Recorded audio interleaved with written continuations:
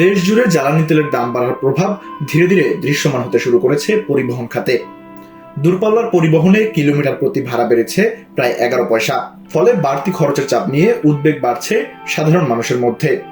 প্রশ্ন উঠছে, এর প্রভাব কি পড়বে নিত্য প্রয়োজনীয় পণ্যের বাজারে, বিশেষ করে চালের দামে। রাজধানীর অন্যতম বড় পাইকারি বাজার কারওয়ান বাজার ঘুরে দেখা যায় আপাতত চালের বাজারে বড় কোনো অস্থিরতা নেই। দাম রয়েছে তুলনামূলক স্থিতিশীল।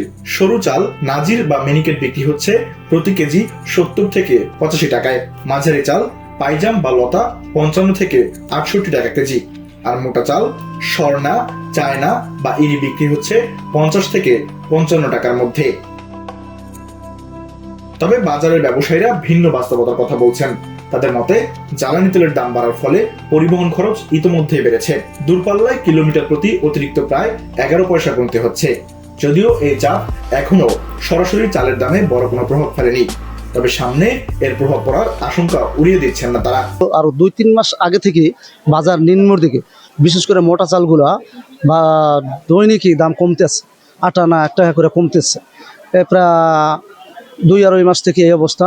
সামনে সিজন আছে, মোটা চাউলের সিজন, বড় ধানের সিজন, সেখানে মোটা চাউল হবে, মিনিকেট হবে, মানে দাম আরও কমবে বাজার চাল। যেমন এখন আমরা 50 টাকার নিচে মোটা চালগুলো আসছে, এগুলো আগে আরও 5-7 টাকা বেশি ছিল।